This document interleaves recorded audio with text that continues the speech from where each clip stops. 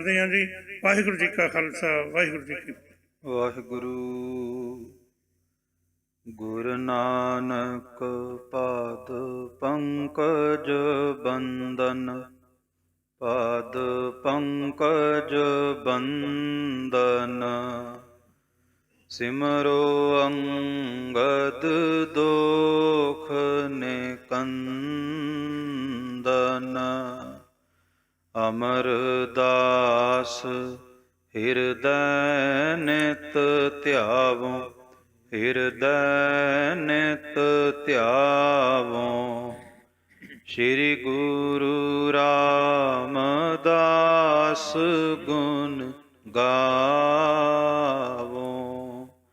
ਸ੍ਰੀ ਅਰਜਨ ਬਿਘਨਨ ਕੇ ਨਾਸਕ, ਬਿਘਨਨ ਕੇ ਨਾਸਕ।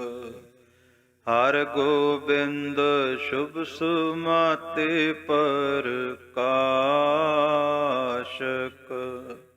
ਸ੍ਰੀ ਹਰਿ ਰਾਇ ਨਮੋ ਕਰ ਜੋਰੀ, ਨਮੋ ਕਰ ਜੋਰੀ। ਸ੍ਰੀ ਹਰਿ ਕ੍ਰਿਸ਼ਨ ਮਨਾਉ ਬਹੋਰੀ। ਤੇਗ ਬਹਾਦਰ ਪਰਮ ਕਿਰਪਾਲਾ, ਸਤਿਗੁਰ ਪਰਮ ਕਿਰਪਾਲਾ। ਸ੍ਰੀ ਗੁਰੂ ਗੋਬਿੰਦ ਸਿੰਘ ਵਿਸਾਲਾ। ਤਰੋਂ ਤਰਾ ਪਰ ਪੁਨ ਪੁਨ ਸੀਸਾ, ਵਾਹਿਗੁਰੂ ਪੁਨ ਪੁਨ ਸੀਸਾ। ਬੰਦੋ ਬਾਰ ਬਾਰ ਜਗਦੀਸਾ।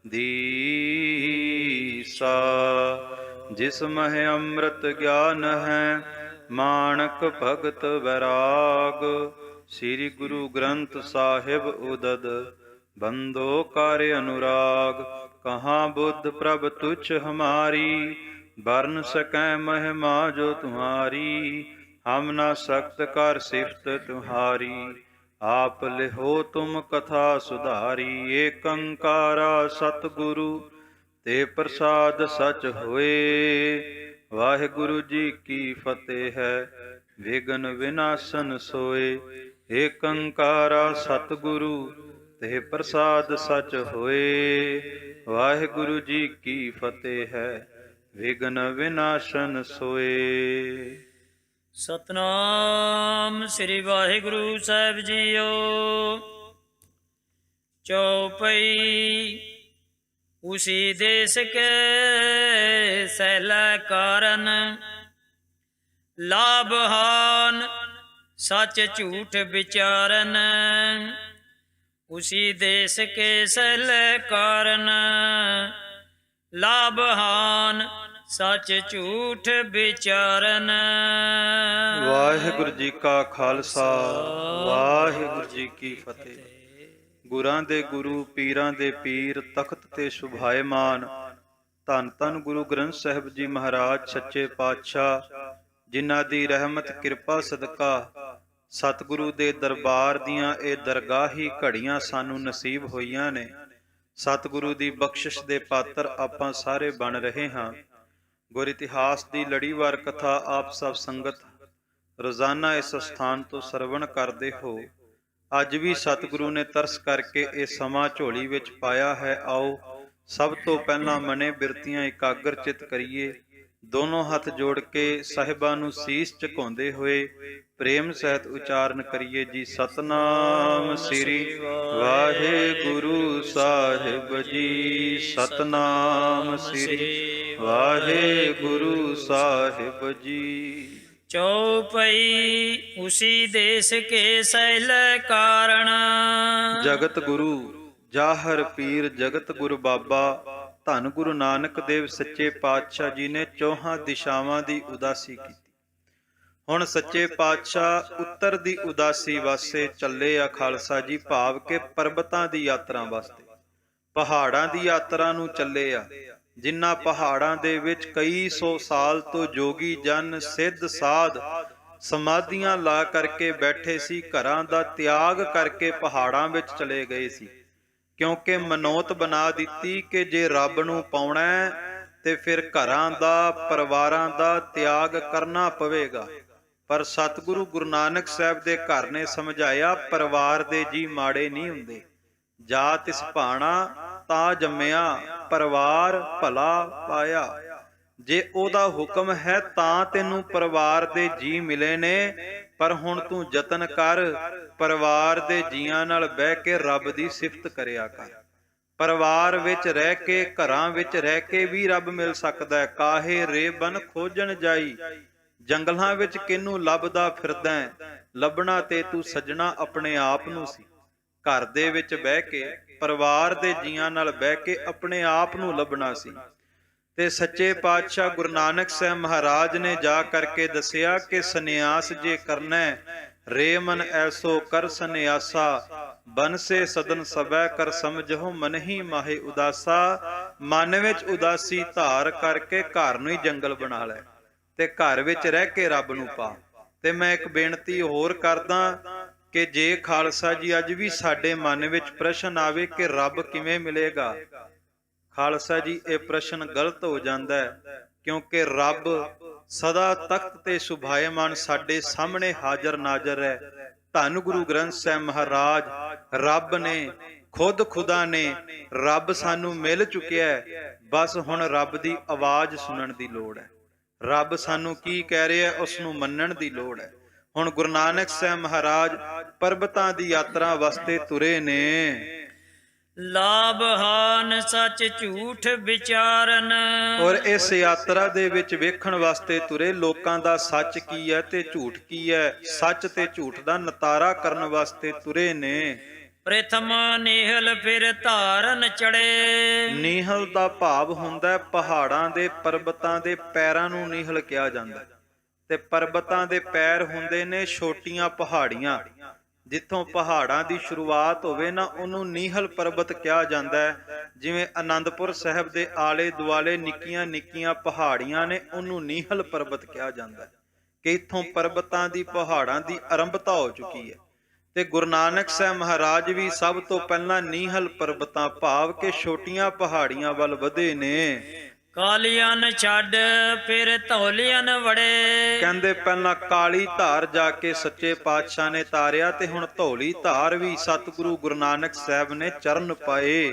ਜਗ੍ਹਾ ਜਗ੍ਹਾ ਜੋ ਸਭੀ ਲਖਈਆ, ਕਹਿੰਦੇ ਜਗ੍ਹਾ ਜਗ੍ਹਾ ਗੁਰੂ ਨਾਨਕ ਸਾਹਿਬ ਮਹਾਰਾਜ ਨੇ ਤਾਰਿਆ ਜਾ ਕਰਕੇ, ਪਰਬਤਾਂ ਦੇ ਵਿੱਚ ਵੀ ਹਰ ਇੱਕ ਦਾ ਜਾ ਕੇ ਭਲਾ ਕੀਤਾ। ਭਾਈ ਸਾਹਿਬ ਕਹਿੰਦੇ ਜੇ ਮੈਂ ਕੱਲੀ ਕੱਲੀ ਥਾਂ ਲਿਖਣੀ ਕਰਾਂ, ਗ੍ਰੰਥ ਵੱਢਣ ਤੇ ਮਨੂ ਸਕਈਆ, ਕਹਿੰਦੇ ਸਿਆਹੀ ਮੁੱਕ ਸਕਦੀ ਹੈ, ਕਲਮ ਮੁੱਕ ਸਕਦੀ ਹੈ, ਗ੍ਰੰਥ ਮੁੱਕ ਸਕਦੇ, ਗ੍ਰੰਥਾਂ ਦਾ ਆਕਾਰ ਵੱਧਦਾ ਜਾਵੇਗਾ, ਵੱਧਦਾ ਜਾਵੇਗਾ। ਪਰ ਖਾਲਸਾ ਜੀ ਜਿਨ੍ਹਾਂ ਜਿਨ੍ਹਾਂ ਥਾਵਾਂ ਤੇ ਬਾਬੇ ਨਾਨਕ ਨੇ ਚਰਨ ਪਾ ਕੇ ਦੁਨੀਆ ਦਾ ਭਲਾ ਕੀਤਾ, ਉਹਨਾਂ ਥਾਵਾਂ ਦਾ ਜ਼ਿਕਰ ਇੱਕ ਜ਼ੁਬਾਨ ਤੋਂ ਨਾ ਹੋਇਆ ਤੇ ਨਾ ਹੀ ਕਦੇ ਹੋ ਸਕਦਾ ਹੈ। ਜਿਨ ਕੋ ਲੋੜ ਸੁਣਨ ਕੀ ਹੋਏ, ਪਰ ਫਿਰ ਵੀ ਗੁਰਸਿੱਖ ਦਾ ਫਰਜ਼ ਹੈ ਮਨ ਵਿੱਚ ਚਾਅ ਰੱਖੇ, ਪ੍ਰੇਮ ਰੱਖੇ, ਭਾਵਨਾ ਰੱਖੇ ਸਾਖੀਆਂ ਸੁਣਨ ਦੀ। ਤੇ ਕਹਿੰਦੇ ਜਿਨ੍ਹਾਂ ਗੁਰਸਿੱਖਾਂ ਦੇ ਹਿਰਦੇ ਵਿੱਚ ਚਾਅ ਹੈ ਗੁਰੂ ਨਾਨਕ ਸਾਹਿਬ ਦੇ ਇਤਿਹਾਸ ਨੂੰ ਪੜ੍ਹਨ ਦਾ, ਹੋਰ ਪੁਸਤਕ ਤੇ ਸੁਨ ਲੈ ਸੋਏ, ਤਾਂ ਕਹਿੰਦੇ ਹੋਰ ਬਹੁਤ ਇਤਿਹਾਸਕ ਗ੍ਰੰਥ ਭਾਈ ਬਾਲਾ ਜੀ ਵਾਲੀ ਜਨਮ ਸਾਖੀ ਪ੍ਰਾਪਤ ਹੋ ਜਾਂਦੀ ਹੈ। ਖਾਲਸਾ ਜੀ ਗੁਰਪ੍ਰਤਾਪ ਸੂਰਜ ਪ੍ਰਕਾਸ਼ ਗ੍ਰੰਥ ਪ੍ਰਾਪਤ ਹੁੰਦਾ ਹੈ। ਭਾਵ ਭਾਈ ਸਾਹਿਬ ਇਹ ਵੀ ਦੱਸਦੇ ਕਿ ਗੁਰਸਿੱਖ ਨੂੰ ਵੱਧ ਤੋਂ ਵੱਧ ਗੁਰੂ ਕੀਆਂ ਸਾਖੀਆਂ ਪੜ੍ਹਨੀਆਂ ਤੇ ਫਿਰ ਦੂਸਰਿਆਂ ਨੂੰ ਸੁਣਾਉਣੀਆਂ ਚਾਹੀਦੀਆਂ। ਦੋਹਰਾ ਜੈ ਸਤਿਗੁਰੂ ਜੀ ਤਬ ਪੁਜੇ, ਦੇਖਿਓ ਠੀਕ ਨਾ ਕੋਏ। ਕਹਿੰਦੇ ਜਦੋਂ ਸਤਿਗੁਰੂ ਗੁਰੂ ਨਾਨਕ ਸਾਹਿਬ ਮਹਾਰਾਜ ਕਿਸੇ ਥਾਂ ਤੇ ਪਹੁੰਚਦੇ ਤੇ ਸੱਚੇ ਪਾਤਸ਼ਾਹ ਜੀ ਤੇ ਅੰਤਰਜਾਮੀ ਨੇ। ਸੱਚੇ ਪਾਤਸ਼ਾਹ ਤੇ ਘਟ ਘਟ ਕੇ ਅੰਤਰ ਕੀ ਜਾਣਤ, ਭਲੇ ਬੁਰੇ ਕੀ ਪੀਰ ਪਛਾਨਤ। ਭਲਿਆਂ ਨੂੰ ਵੀ ਜਾਣਦੇ ਆ ਤੇ ਬੁਰਿਆਂ ਨੂੰ ਵੀ ਜਾਣਦੇ ਆ। ਸੱਚੇ ਪਾਤਸ਼ਾਹ ਦੇ ਅੱਗੇ ਵਿਖਾਵਾ ਨਹੀਂ ਚੱਲਦਾ। ਕਹਿੰਦੇ ਗੁਰੂ ਨਾਨਕ ਸਾਹਿਬ ਜਦੋਂ ਵੇਖਦੇ ਆ ਕਿ ਇਸ ਥਾਂ ਦੇ ਉੱਤੇ ਸਹੀ ਕੰਮ ਨਹੀਂ ਹੋ ਰਿਹਾ, ਦੇਵੀ ਦੇਵਿਓ ਮੜ ਮਟੋ ਲਿੰਗ ਪੂਜਕ ਭਏ ਸੋਏ। ਕਿਉਂਕਿ ਲੋਕ ਦੇਵੀਆਂ ਦੀ ਮੂਰਤੀ ਬਣਾ ਕਰਕੇ ਪੱਥਰ ਦੀ ਮੂਰਤੀ ਨੂੰ ਤੇ ਮੱਥਾ ਟੇਕਦੇ ਆ ਤੇ ਰੱਬ ਦੀ ਬਣਾਈ ਹੋਈ ਮੂਰਤੀਆਂ ਨੂੰ ਉਸੇ ਮੰਦਿਰ ਦੇ ਵਿੱਚੋਂ ਧੱਕਾ ਦਿੰਦੇ ਆ। ਭਾਵ ਪੱਥਰ ਦੀ ਮੂਰਤੀ ਬਣਾਈ ਰੱਬ ਦੀ ਤੇ ਰੱਬ ਦੀ ਮੂਰਤੀ ਬਣਾ ਕੇ ਸਥਾਪਿਤ ਕਰਕੇ ਉਹਨੂੰ ਫੁੱਲ ਵੀ ਚੜਾਏ, ਪਰ ਜਿਹੜਾ ਕੋਈ ਨੀਵੀਂ ਜਾਤ ਦਾ ਉਸ ਰੱਬ ਦੇ ਦੀਦਾਰੇ ਕਰਨ ਆਇਆ, ਉਸ ਰੱਬ ਦੀ ਬਣਾਈ ਮੂਰਤ ਨੂੰ ਧੱਕੇ ਦੇ ਦਿੱਤੇ। ਭਗਤ ਨਾਮਦੇਵ ਜੀ ਦੇ ਜੀਵਨ ਵਿੱਚ ਆਪਾਂ ਨੂੰ ਪੜ੍ਹਨ ਨੂੰ ਮਿਲਦਾ ਹੈ ਕਿ ਭਗਤ ਸਾਹਿਬ ਜਦੋਂ ਮੰਦਿਰ ਵਿੱਚ ਜਾਂਦੇ ਬੀਠਲ ਭਗਵਾਨ ਦੇ ਦਰਸ਼ਨ ਕਰਨ ਤਾਂ ਧੱਕੇ ਦਿੱਤੇ ਗਏ, ਪਰ ਭਗਤ ਨਾਮਦੇਵ ਨੇ ਤਾਂ ਵੀ ਖਾਲਸਾ ਜੀ ਆਪਣੇ ਮੁਰਸ਼ਦ ਦਾ ਬੂਹਾ ਨਹੀਂ ਛੱਡਿਆ। ਕਿਉਂਕਿ ਸੱਚ ਹੈ, ਕਈ ਵਾਰ ਸੇਵਾ ਕਰਦੇ ਸਿਮਰਨ ਕਰਦੇ ਕਿਤੇ ਨਾ ਕਿਤੇ ਹੋ ਜਾਂਦਾ, ਕੋਈ ਨਾ ਕੋਈ ਸ਼ਬਦਾਵਲੀ ਸੁਣਨ ਨੂੰ ਮਿਲ ਜਾਂਦੀ ਹੈ, ਮਨ ਵਿੱਚ ਆਉਂਦਾ ਕਿ ਕਿਉਂ ਨਾ ਸੇਵਾ ਛੱਡ ਦਈਏ, ਕਿਉਂ ਨਾ ਕਿਤੇ ਹੋਰ ਜਾ ਕੇ ਸੇਵਾ ਕਰੀਏ। ਪਰ ਜਿਹੜੇ ਰੱਬ ਦੇ ਭਗਤ ਨੇ, ਰੱਬ ਦੇ ਪਿਆਰੇ ਨੇ, ਉਹਨਾਂ ਨੂੰ ਭਾਵੇਂ ਆਪਣੇ ਮਾਲਕ ਦੇ ਘਰੋਂ ਧੱਕੇ ਵੀ ਵੱਜਣ ਫਿਰ ਵੀ ਮਾਲਕ ਦਾ ਬੂਹਾ ਨਹੀਂ ਛੱਡਦੇ। ਭਗਤ ਨਾਮ ਦੇ ਮੰਦਿਰ ਦੇ ਪਿਛਲੇ ਬੂਹੇ ਤੇ ਜਾ ਕੇ ਬੈਠ ਕੇ ਅਰਦਾਸ ਕਰਦੇ, ਮੌਕੋ ਤੂੰ ਨਾ ਵਿਸਾਰ, ਤੂੰ ਨਾ ਵਿਸਾਰ, ਤੂੰ ਨਾ ਵਿਸਾਰੇ ਰਾਮਈਆ। ਕਹਿੰਦੇ ਰੱਬ ਨੂੰ ਚੇਤੇ ਕੀਤਾ, ਫਿਰ ਫੇਰ ਦਿਆ ਦੇਹਰਾ ਨਾਮੇ ਕੋ ਪੰਡੀਅਨ ਕੋ ਪਿਛਵਾਰ ਲਾ। ਫਿਰ ਰੱਬ ਨੇ ਪੰਡਤਾਂ ਵੱਲ ਪਿੱਠ ਕਰ ਦਿੱਤੀ ਤੇ ਭਗਤ ਵੱਲ ਮੰਦਿਰ ਦਾ ਮੁੱਖ ਦਰਵਾਜ਼ਾ ਕਰ ਦਿੱਤਾ। ਅੱਜ ਵੀ ਮੰਦਿਰ ਮੌਜੂਦ ਹੈ।